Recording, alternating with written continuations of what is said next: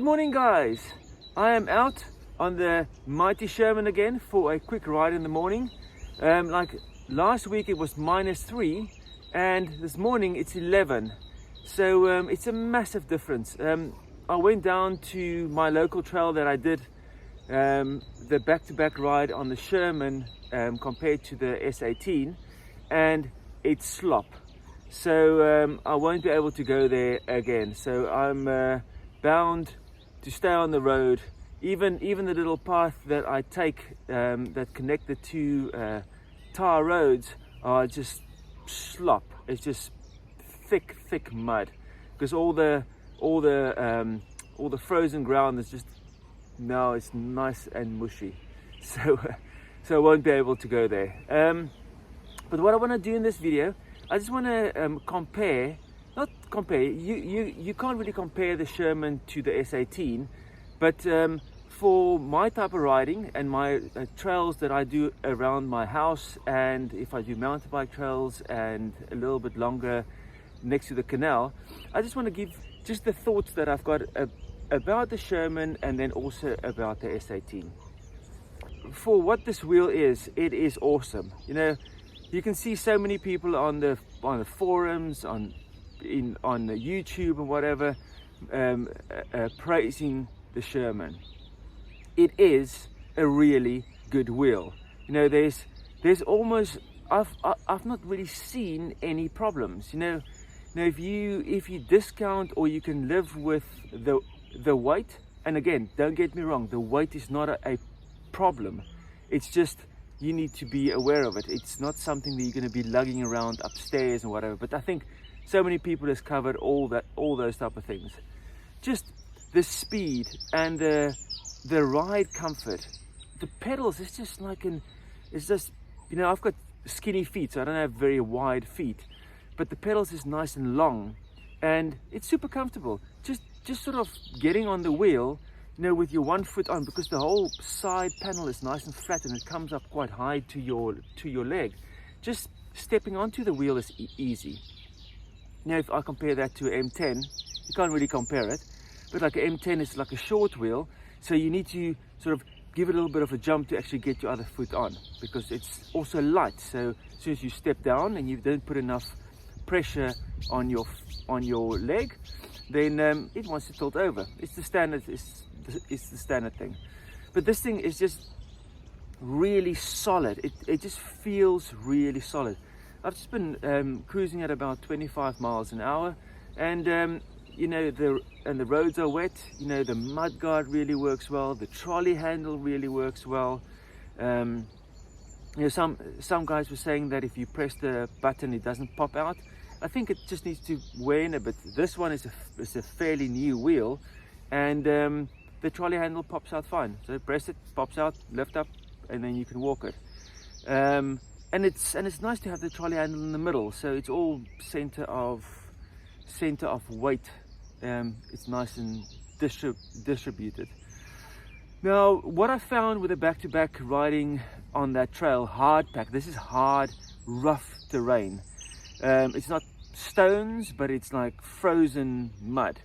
So what I found is with a Sherman, again, you know, I've not really had a suspension wheel previously to the S18, so the Sherman is for me a comfortable place to be. You know, I don't need suspension. The suspension just makes the ride, especially when it's super rough, it just makes it so much more comfortable. So you know, riding that trail back to back on the Sherman, you know, it just becomes a bit more of exercise. It's like, again, there's nothing wrong with it. You know, if you're going to ride rough trails, you just need to be a bit more aware of the wheel, of the weight, and also that you need to put a bit more your body, more your hips into it to actually turn it and move it and whatever. But again, these are the things that you really learn when you ride your unicycle. You know, you turn shoulders, hips, and then the wheel goes where it needs to go. If you don't use your hips, then it's very difficult to actually turn the wheel. That's what I found. You need to sort of do the whole, you know, look turn the shoulders, and then the hips will go, and then that's how you really get that nice flow of turning. But yeah, so you just need to be a bit more aware of it and put a bit more command into the wheel. I think that's probably the right word. It's a bit more command, you know, like an wow.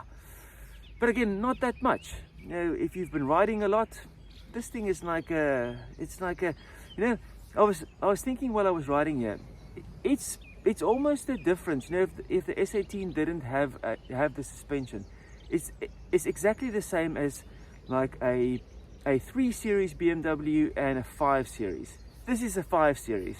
You get in, you power it up, and it goes. It just cruises. Everything about it is super smooth, nice, comfortable. You know, you've got so many options on it. It's just really nice, comfortable area. I had a 525, an old 525, super nice, man. It almost had to come with slippers on the pedals. Just such a nice wheel. I also had a 3 Series, and the 3 Series were a little bit more like almost like a fox terrier. It just wants to go, and you know, it's just like a you feel it's a faster little car. It is smaller, but that's sort of the difference. S18 is a little bit of a faster, nimble, racy wheel. Again, you know, racy meaning that it's, you know, it's nice and fast, but it's not as fast as this wheel. You know, the 5 Series was also fast, but you feel more comfortable riding it. Yeah, it's just a comfortable wheel. You know, the light is good. You know, I've covered the mud guard. You know, the range is humongous. The speed is awesome. The stability. You know, the wheel is agile. You just need put a bit more command into it. So yeah, that's what I found on the S18. And don't get me wrong, the S18 can ride trails with no problem. Listen, this thing is super capable. I did most of my trail riding on a 9-bot C+, and then I went over to a M Super V3, no suspension, and I used that thing to go to work every day. It's about a 8 to 10, it's an 8-mile one-way trip. There's no suspension, next to the canal, just bomb down it, and I just learned to ride at that just before tilt back. It's just getting used to your wheel, and there was no problems. You know, yes, my knees were sore in the beginning, but after a while you get used to it. So you know, trail riding, a fire track, you know, I see that places that Marty and also Duff rides, you know, it's like just really to be able to ride for like 25 miles round trips and stuff, it's like, oh, it's awesome.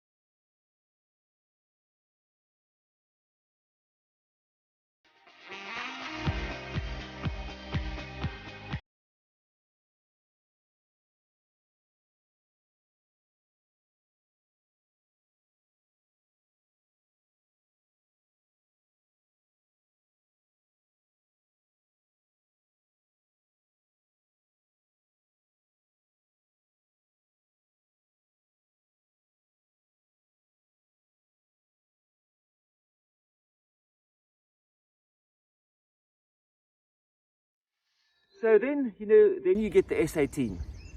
Now the S18 is a total different wheel, and you can't really compare it, but I just want to compare it. It's like that's the two wheels I've got, and I want to highlight the stuff that I did find. So the S18 for me, as I said, that's now the 3 Series BMW. Super nice looking wheel, and that's why I bought it. I was very keen on a Z10. The only thing that was holding me back was the wide tire, and I was sort of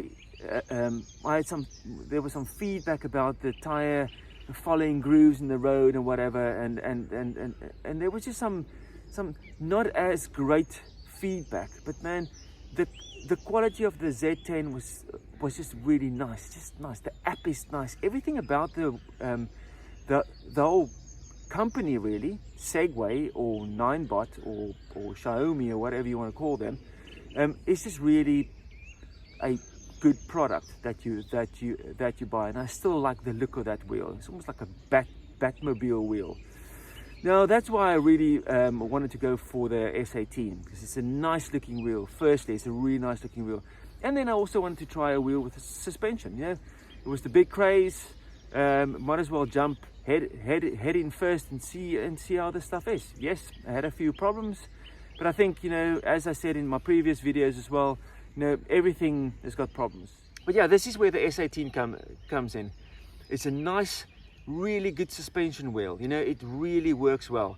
And I did mention in my previous video about the V11 and the clattering of pipes and whatever. I wasn't really referring specifically to the V11. I was referring to a suspension wheel that doesn't have rebound. So the V11, as far as I understand, and I was corrected and I was wrong, it does have a positive and a negative chamber. So but it doesn't have rebound, as far as I understand. So you can't set the rebound on the wheel. You have to basically tune it via the positive and the negative chamber. So, and again, correct me if I'm wrong, but as far as I understand, the V11 does not have a rebound. So it's a rebound setting for how quickly the shock expands. But again, I haven't ridden the V11. I'm not knocking the V11. I think, the current range of wheels that we have on offer across the board is awesome. You can't go wrong. V11, S18, the Gotway's got some problems, but I think the guys are working the stuff out. I've only seen the RS and it looks to me like a really nice wheel, RS19. Also the the EX and the EXN, the big old beasts, they look really nice. But again, we'll have to see how the feedback, as soon as it gets into the system and people start riding them and start finding the problems and so forth. So I'll reserve judgment on them. I've been a Gotway rider for a long time, and there's nothing wrong with the wheel, man. The brand is like I really enjoyed it. It's just a bit worrying when there's a lot of focus on a specific brand. And to be honest, I think all brands need to strive for better quality across the board.